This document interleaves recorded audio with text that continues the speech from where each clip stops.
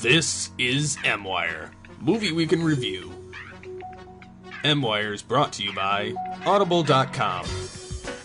Sign up today to get a free audiobook download at www.audibletrial.com/geekcastradio. Start today with a free 30-day trial with over 100,000 titles to choose from for your iPhone, Android, Kindle, or MP3 player. Don't forget to follow Audible on Twitter at audible_com. And now the latest and greatest in movies with MWIRE.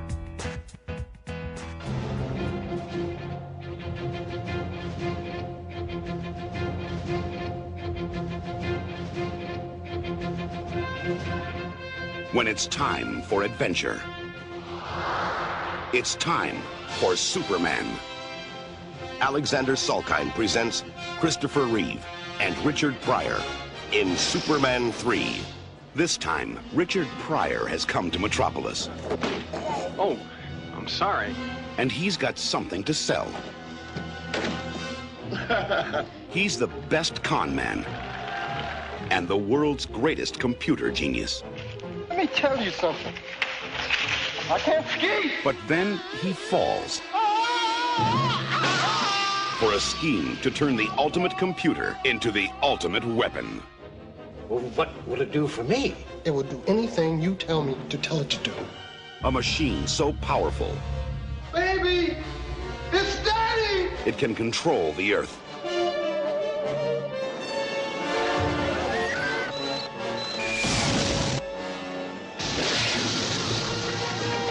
No. Now, getting down to business. Change the weather. You know something? You're a genius. And reprogram Superman. Thought you'd never get here. Well, I hope you don't expect me to save you, because I don't do that anymore.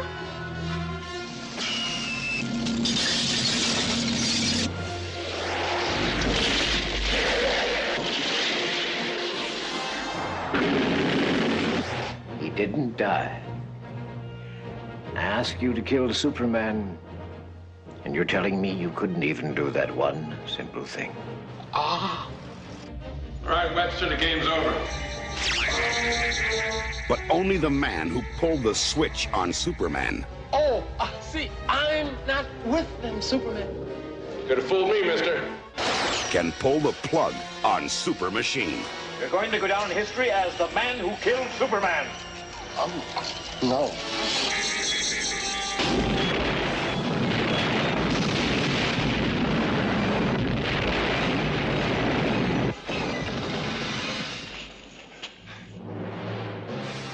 Thank you, brother. Superman 3. Watch the trees. This time is going to be the best time of all.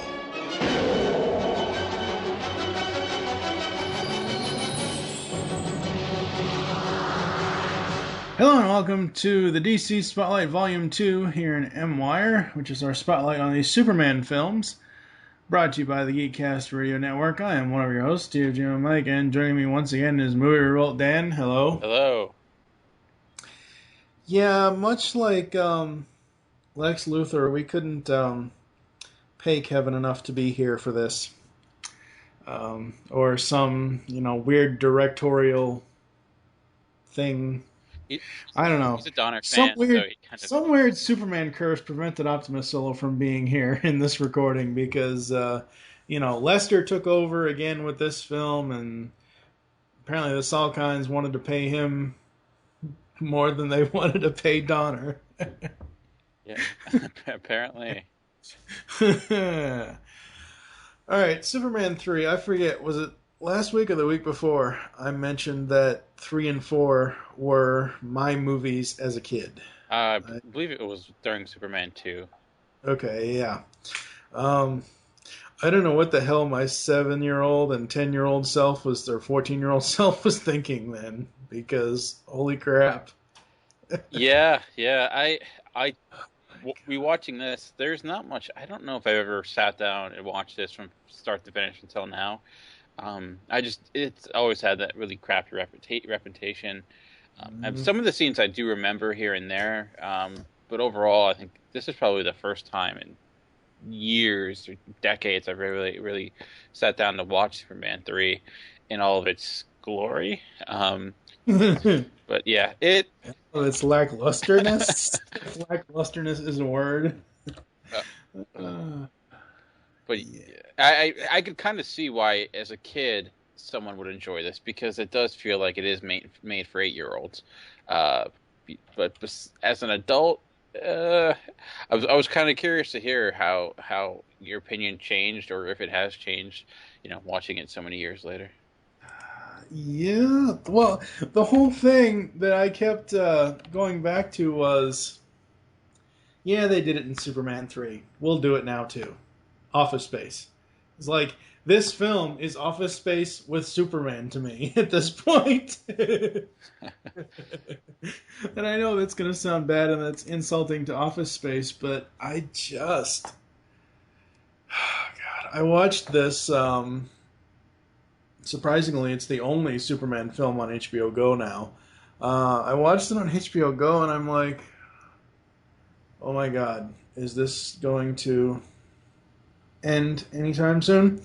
So before we get into our overall thoughts and everything else, as always, we're going to head it over to JT from Saskatoon, and he's going to give us the plot synopsis and all that other good stuff with just the facts. We'll be back after that. The third theatrical adventure of the Man of Steel begins with a man named Gus Gorman.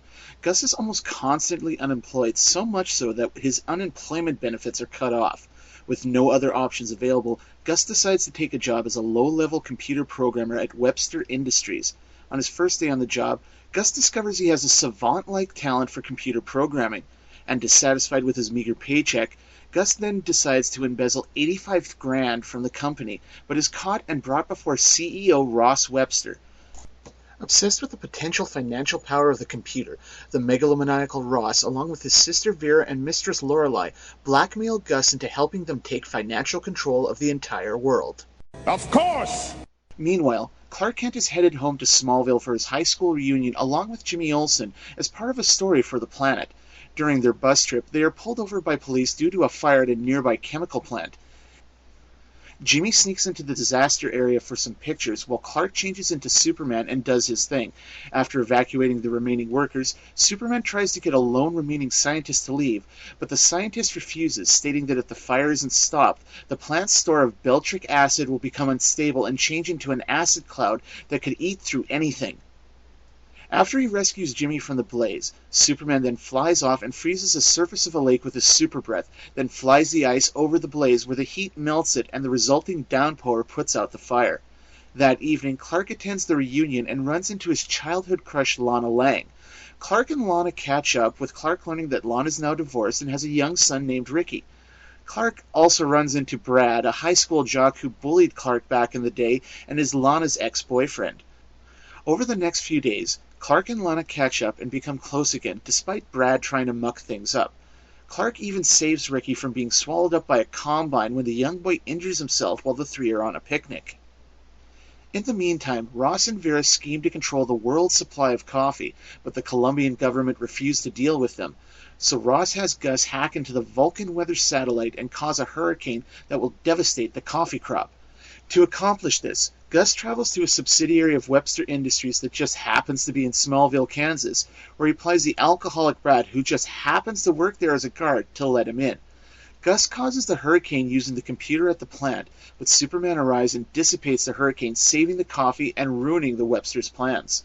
Upon hearing what has happened, Ross vows to destroy Superman for his interloping. To this end, he orders Gus to use Vulcan to scan the area of space where Krypton once was, in hopes of finding some kryptonite. When Gus finds kryptonite, the computers can't identify all of its composition, so Gus absent-mindedly substitutes tar after reading the word on a pack of smokes. When we get back to Clark, he gets a call from Lana asking him if he can get Superman to show up at Ricky's birthday party. But word gets out and the citizens of Smallville turn the event into a huge affair where the mayor gives Superman the key to the city. Gus and Vera also make an appearance disguised as officers of the U.S. Army and offer the pseudo-kryptonite to Superman as a gift. The kryptonite appears to have no effect on Superman at first, but it appears to have a delayed effect as he starts hitting on Lana at the birthday party, so much so that he almost doesn't rescue a truck driver from a jackknifed rig. In the days that follow, Superman starts to change, becoming rude, arrogant, and selfish. In fact, he becomes more of a super douche than a Superman. Superman then starts committing acts of global vandalism, including straightening the Leaning Tower of Pisa and blowing out the Olympic flame. He is even convinced by Lorelei to cause an oil spill as part of Ross's plan, and then returns to the penthouse for a little thank you from the bimbo. While Superman continues acting like a member of the Jersey Shore, Ross orders Gus to use his hacking skills to take control of the world's oil tankers.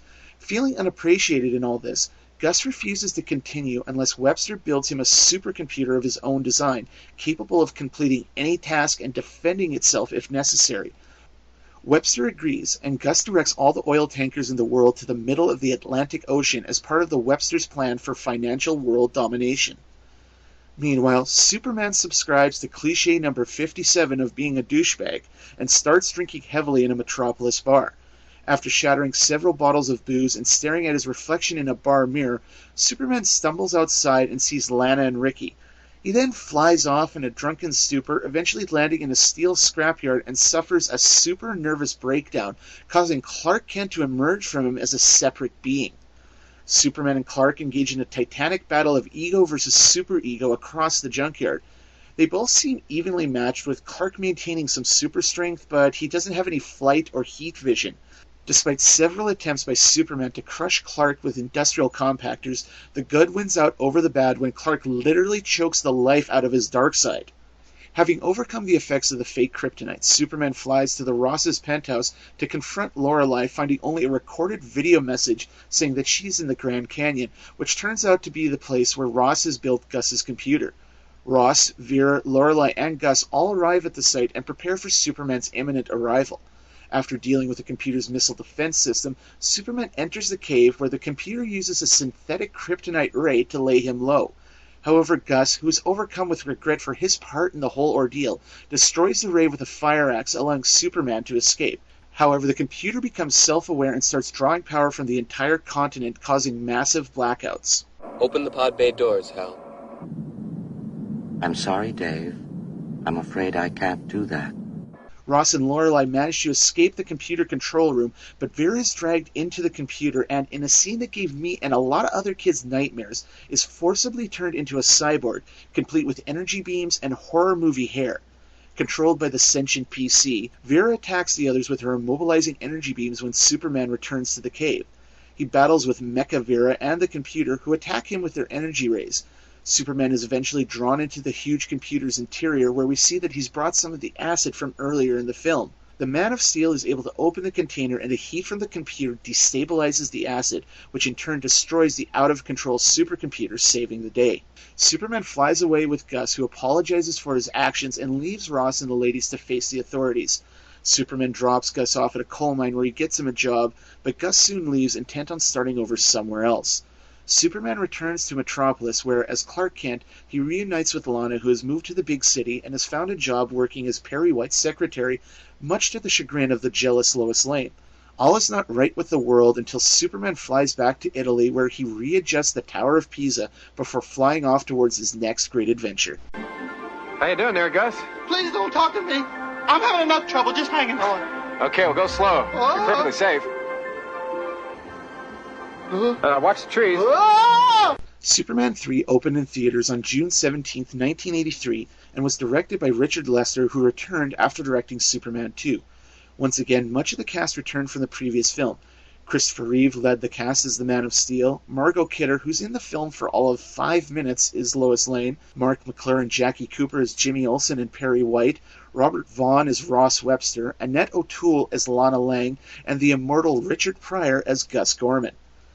Despite making nearly $60 million during its run and becoming one of the top-grossing movies of 1983, Superman 3 garnered mixed reviews from the series' fans and mainly negative ones from the critics. Even years after the fact, most critics are not fans of this film.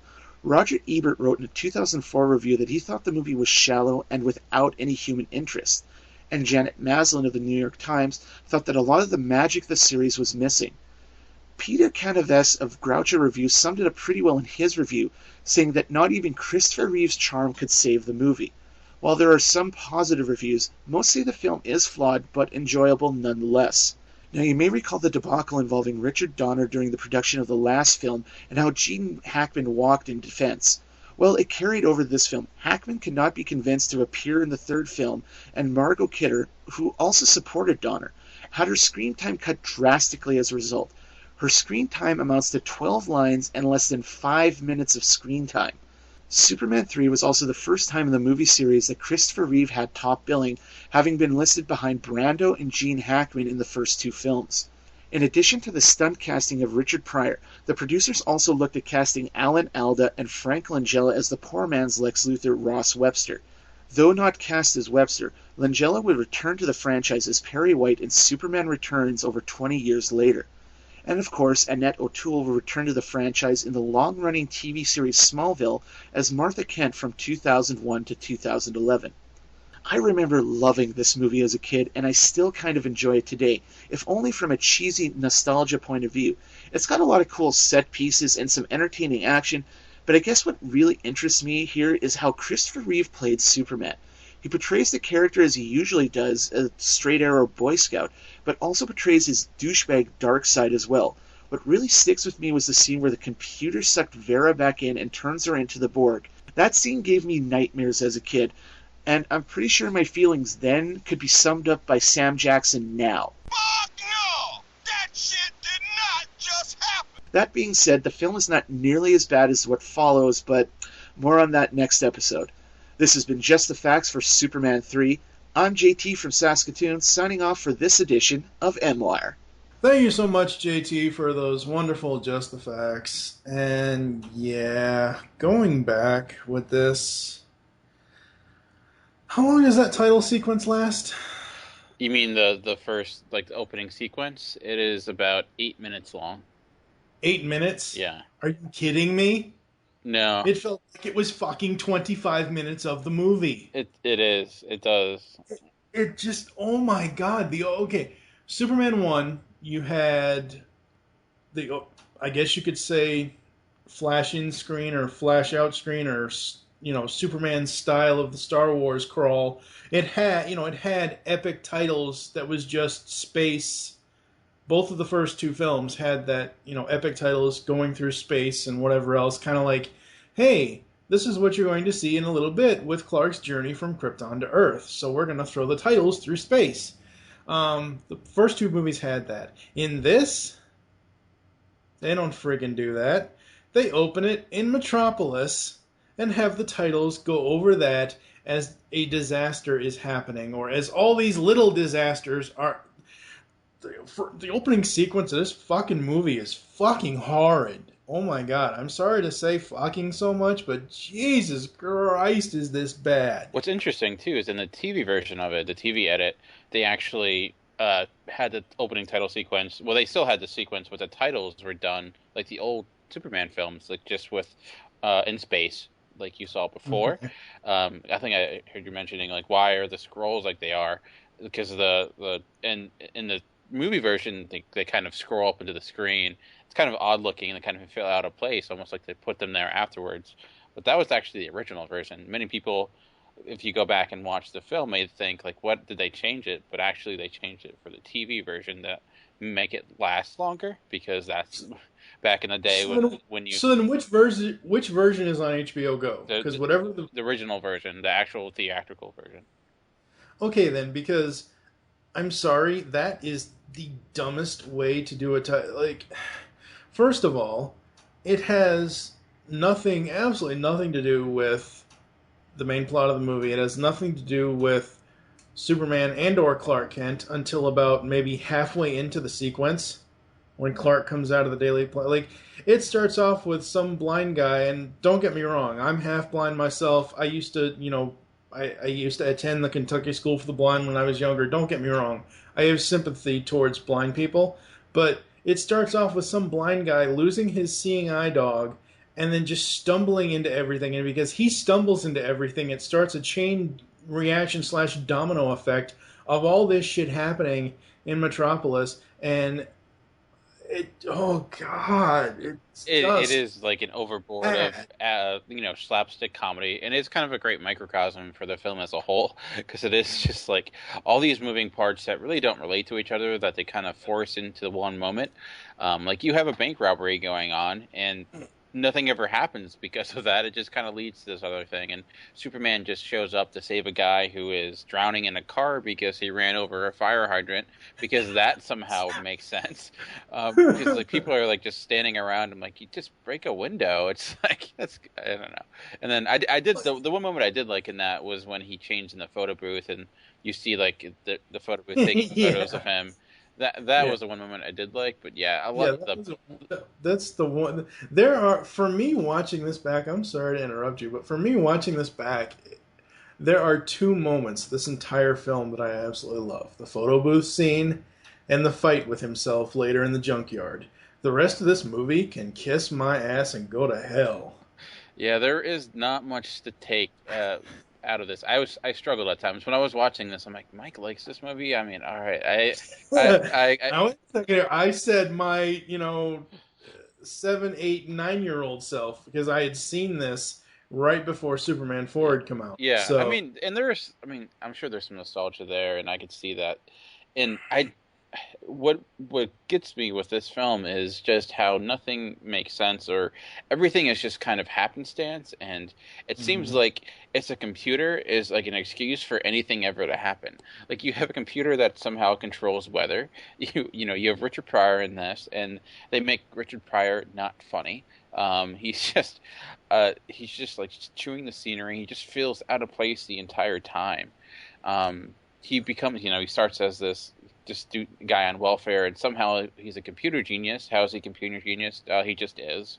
All right, well that's one conceit, and there it's a comic book movie, so there are certain conceits I'm willing to give it, but this requires so much, and it feels like too like this world exists in like a sitcom, because everyone like everything, the way all the worlds work, everything has to be related to one another.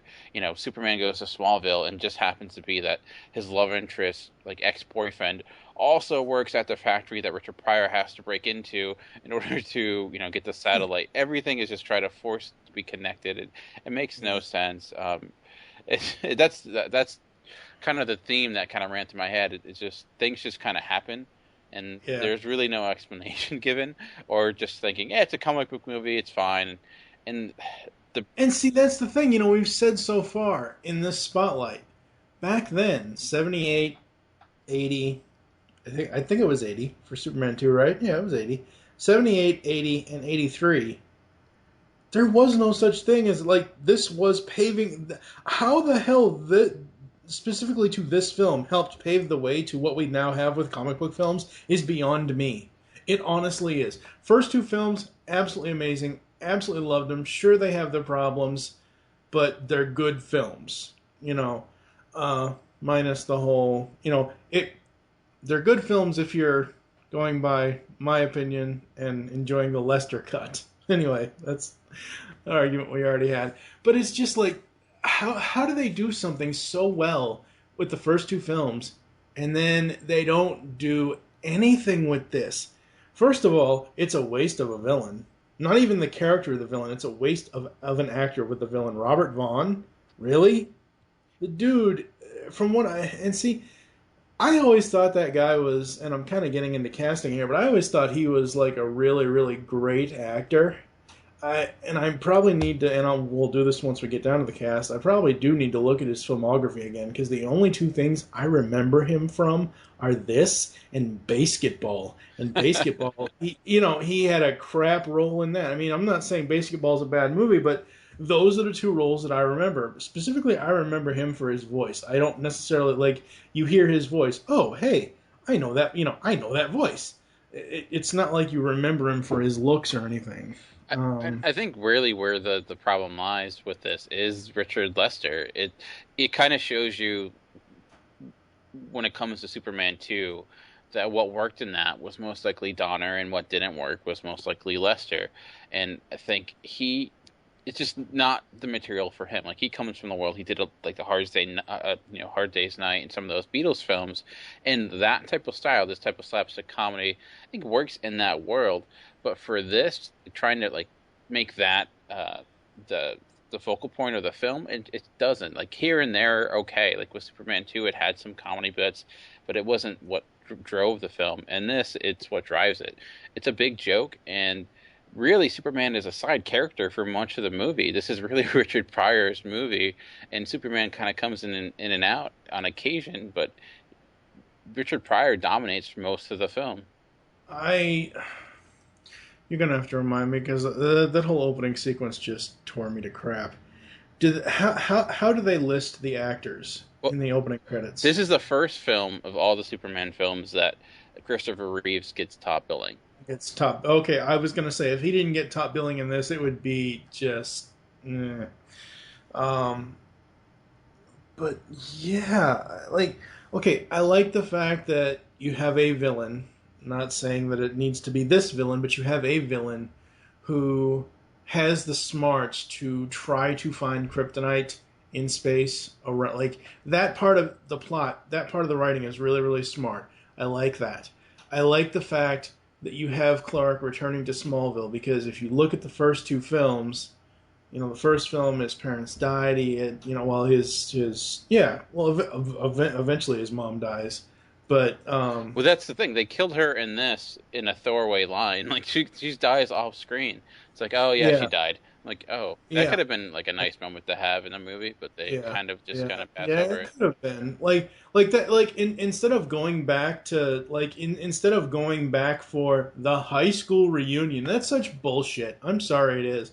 Instead of going back for the high school reunion and going back to potentially kind of find out that Ricky is his kid, maybe, possibly, somehow, in some alternate universe, he had a kid with Lana.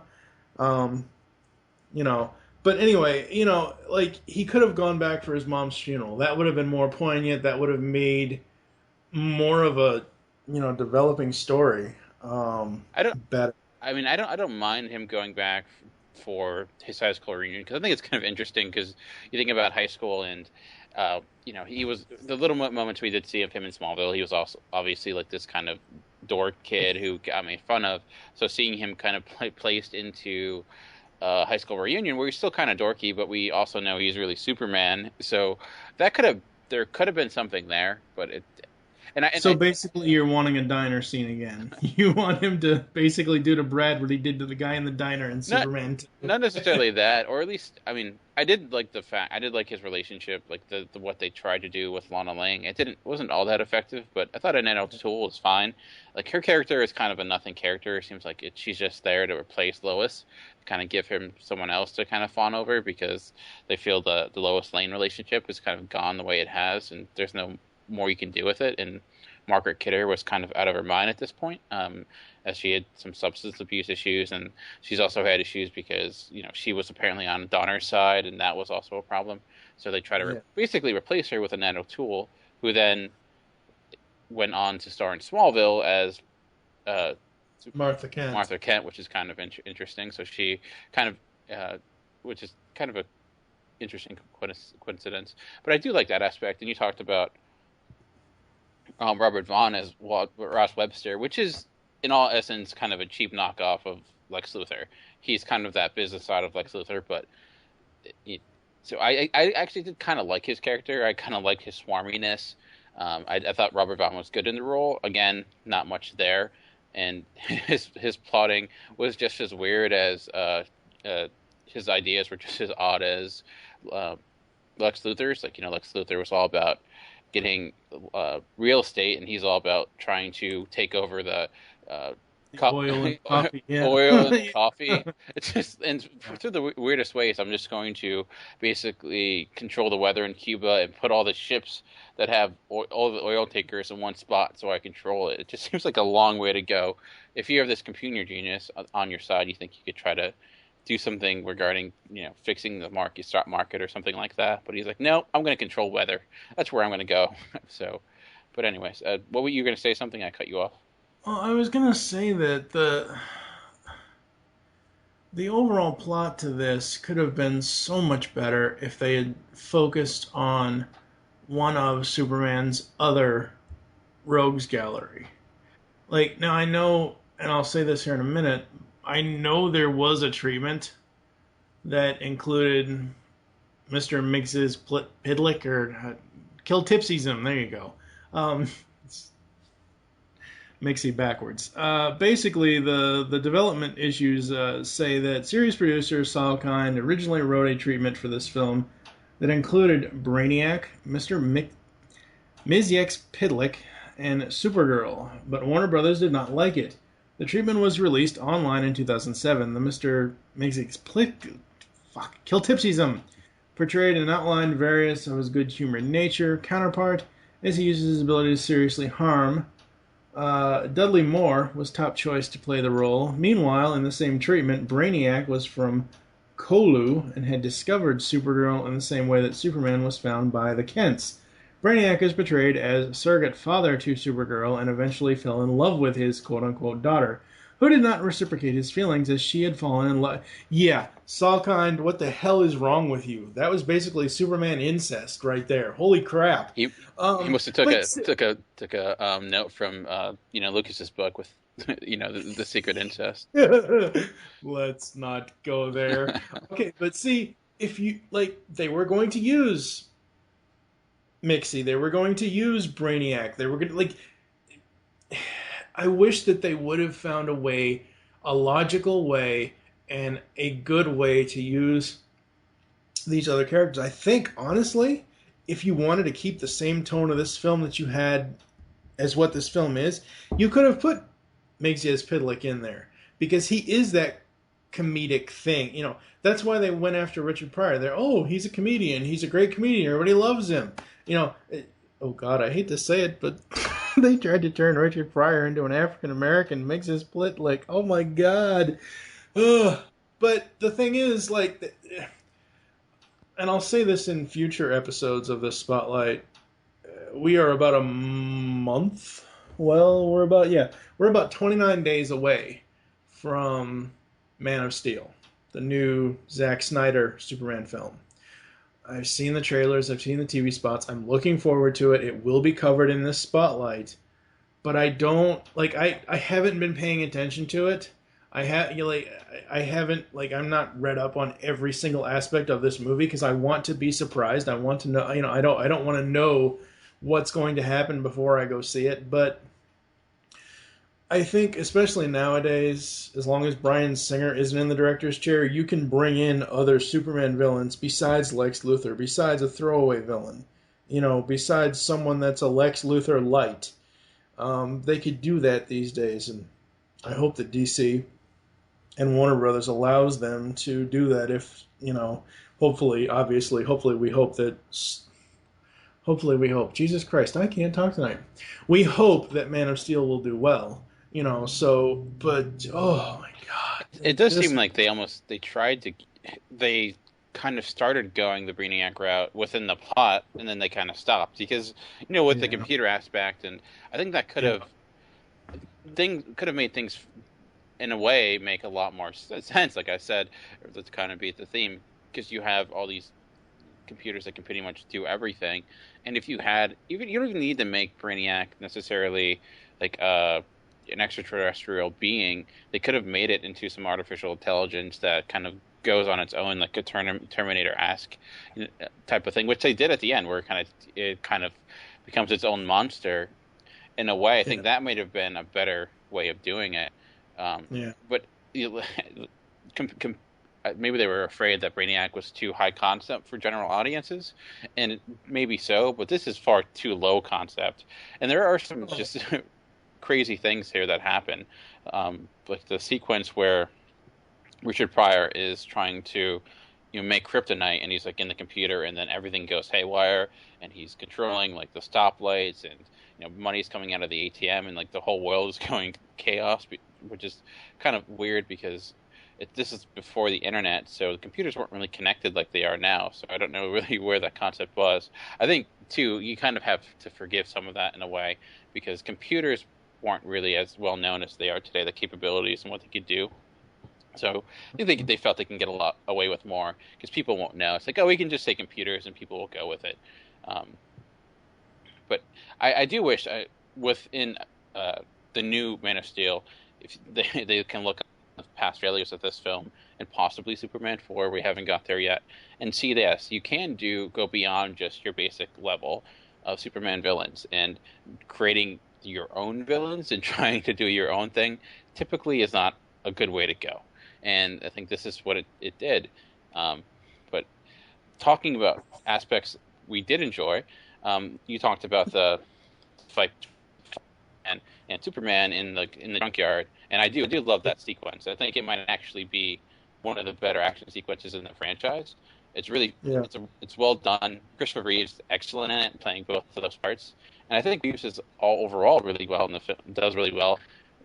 He doesn't have much to do, but when he has to play that evil kind of douchebag Superman, he does it well. He has got great facial expressions. He's got a great demeanor about him, and you kind of buy him as that Superman. And then seeing them going off once against each other, I think largely worked because of the quality special effects, which for the most part in this movie were a huge downgrade. But they looked horrible.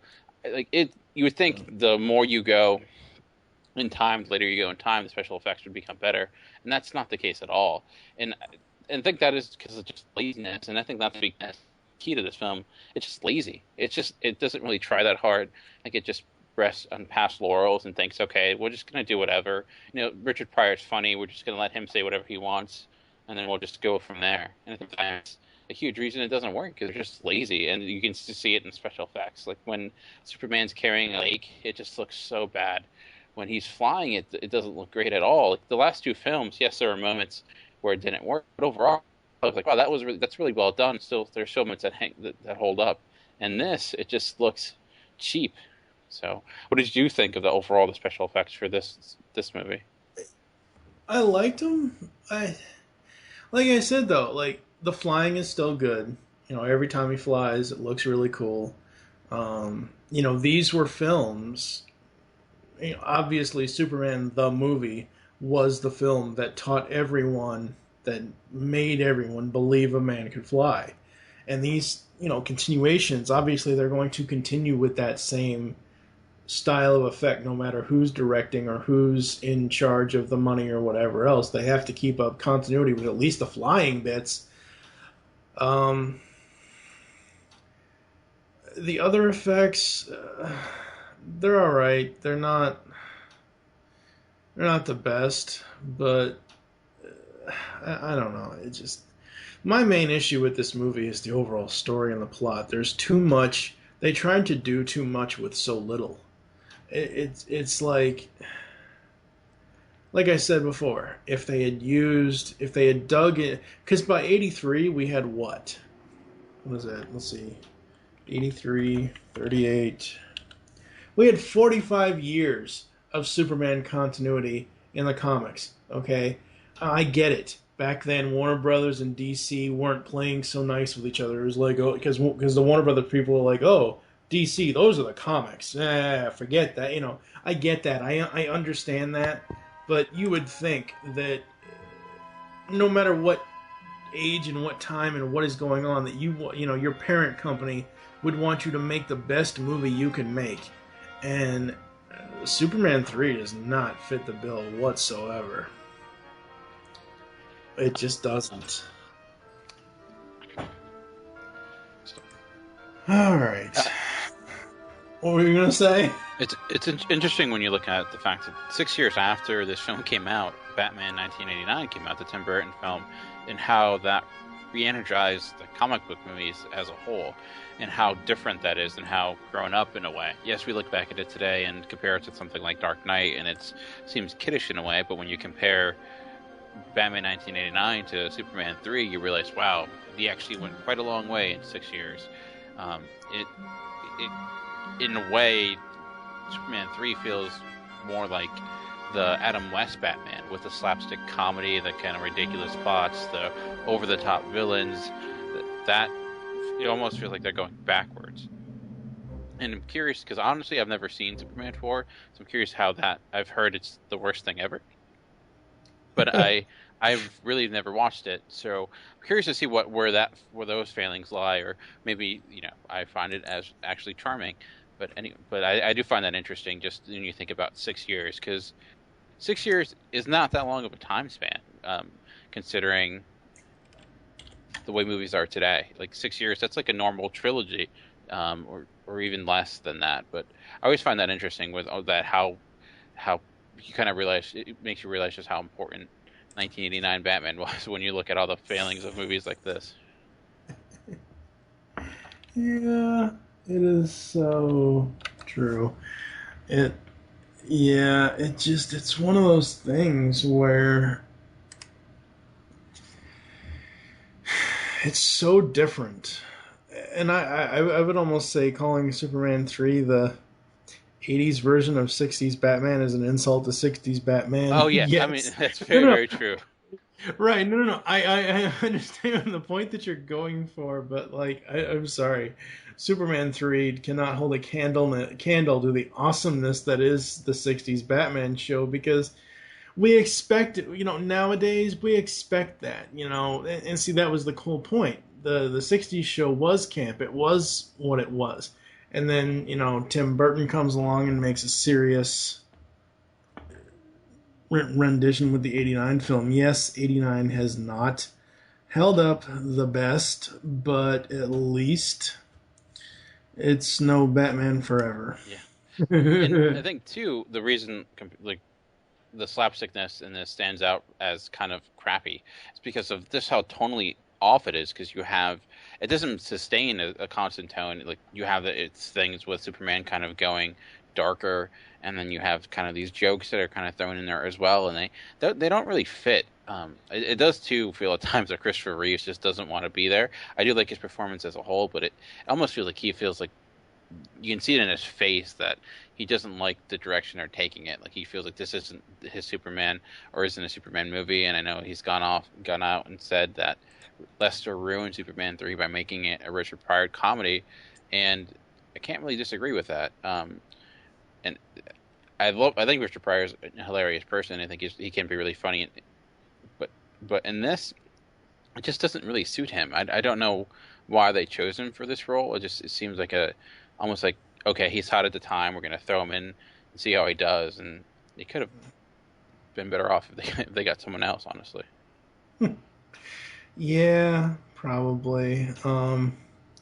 But who in 1983 could you have gotten to play either the Pryor role or not even have the Pryor role, but, like, if Reeve didn't want to come back and do it, who could they have gotten? That's the thing. Yeah, I don't know if they would have to recast Reeves, or if anything, I would just get rid of that character. And we talked about having, or at least limiting that character to more of a side character. Because I think him in small doses probably would have been a lot better. Because there are moments that work. Like, I do like when he kind of gives his General Patton speech at the Smallville, gathering for Superman coming into town. I thought that was pretty interesting, and just how crazy and odd it got at times with, like, his huge monologue. I thought that was pretty funny, and there were moments here and there. I just think when you have that much comedy in a comic book movie, there are things that are going to fall flat, and most of it fell flat. So, yeah. Richard Pryor is the 80s version of Iron Man 2's Justin Hammer. I'm sorry, I hate that character. But yeah, no, and the cast is pretty much, we usually break down the cast and everything else, but they're pretty, outside of Richard Pryor, who was, basically a stand-up comic. I mean, he's been in a lot of movies. He was in, The Toy. Oh, right, yeah. No, but, like, his start was comedy, yes, though, right? Very much. Yeah, he's quintessential. He's one of the best stand-ups, most influential stand-ups of all time. Right. And he transitioned that into some successful movies, like The Toy, Brewster's Millions. I think he's been in a few others. Movies I think it was kind of came before my time. Never really got into them, but I always loved his comedy. And knowing his comedy and seeing him in this, because he's an R-rated comic, and seeing place in a PG world is kind of odd. Yeah, it really, really is. Okay, I will say right now that what's her name? The sister.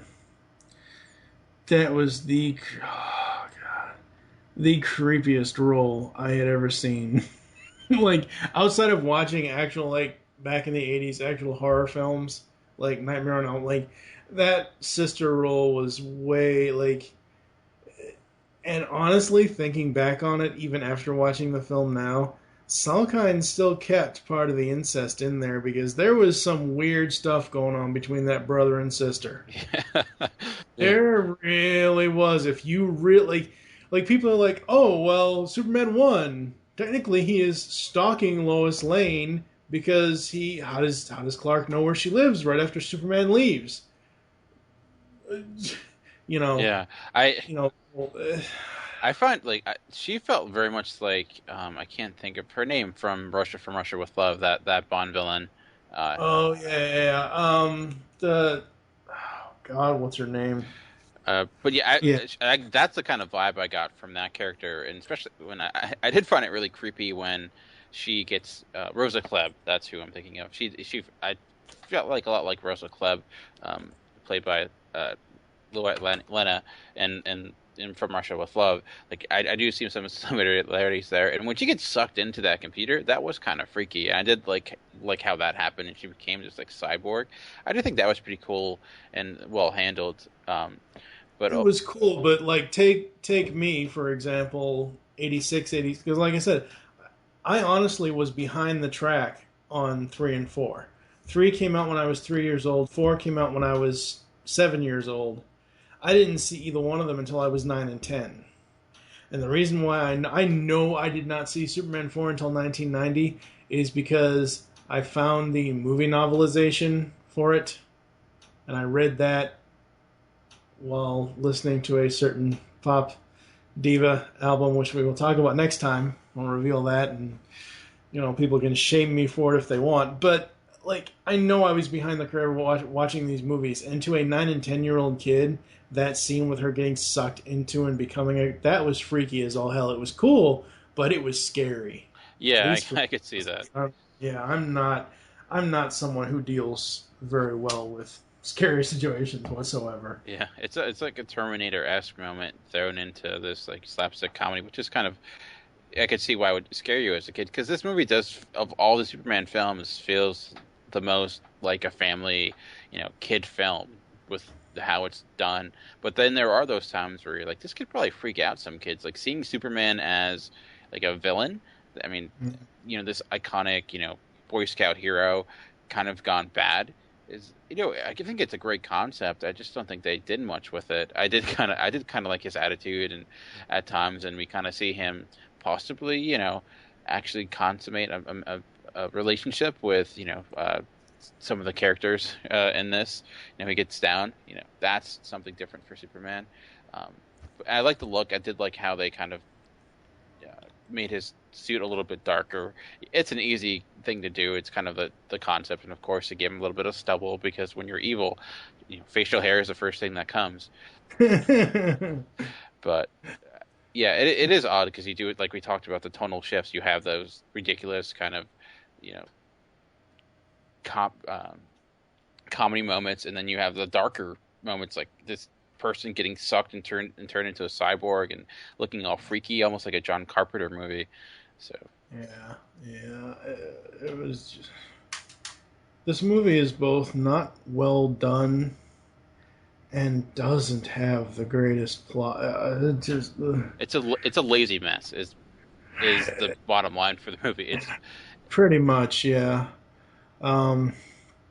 That's really all I have to say about. I am so I kid you not. I watched this twice on HBO Go because the first time I felt like I was sitting, because I watch movies at my computer and I basically sit here at my desk and I watch them.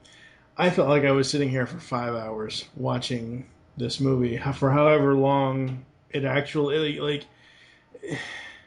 It didn't pick up for me until that scene that I like in the junkyard. It did not pick up at all for me whatsoever. Like it. Oh God, it's Yeah. just so bad. I don't like hating on movies, but I was right there with you, sitting here and watching them. It was a painful watch because it doesn't help that that beginning I think makes it even worse. That long, extended opening title sequence. It's not a good way to start. It's like, oh no, it's like this is only going to go downhill from here, and it does. And I know there's people who are like the so bad it's good. This to me isn't so bad it's good. It's bland, and that's the worst thing you can do is be bland, and that's what this is. Yeah. Alright, so we're going to take a quick ad break, and we'll come back to close the show and give final ratings and all that good stuff after this. Coming to Grand Rapids, Michigan on September 21st and 22nd is GrandCon Gaming and Comics Convention, presented by Celebration Cinemas.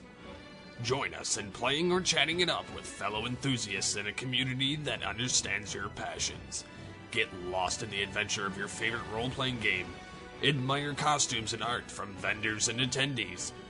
Meet the creators behind your favorite mainstream and independent games and comic books. Check out unpublished games and sneak peek at things to come.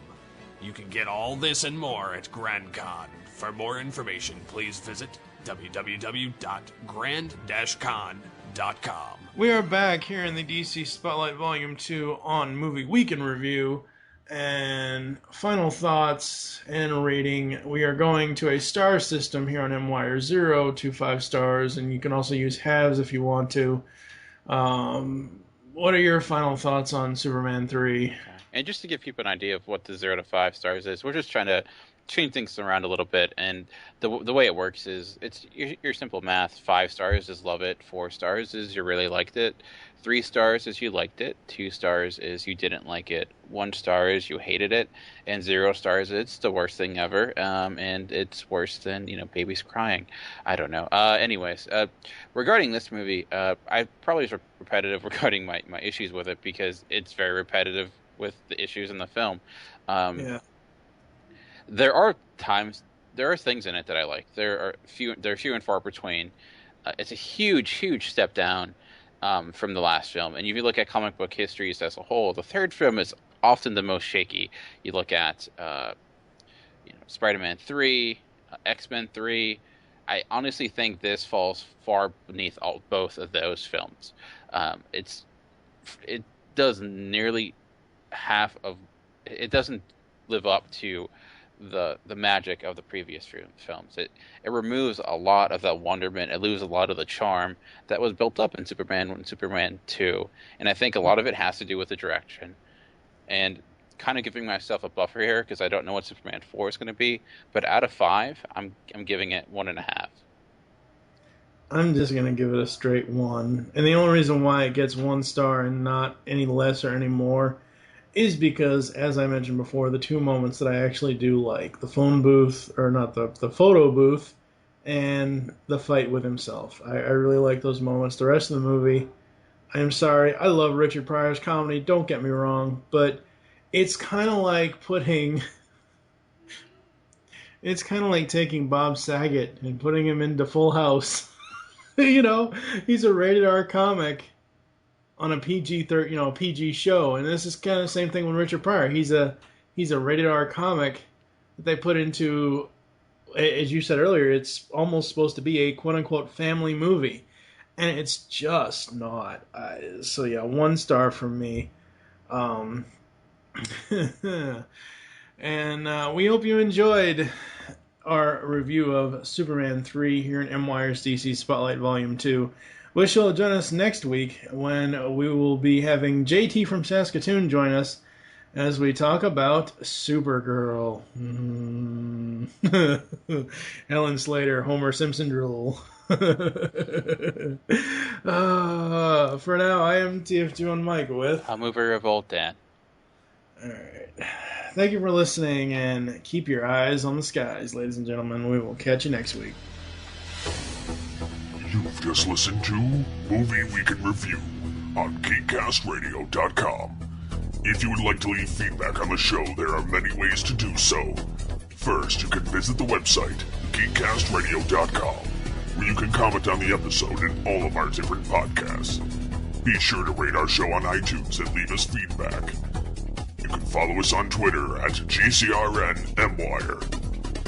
Become a fan of us on Facebook by searching Geekcast Radio Network.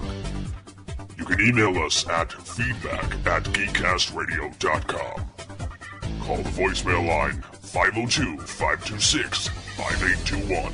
Please remember to tell us the show you're leaving the message for and your name. So until next time, unleash the geek in you.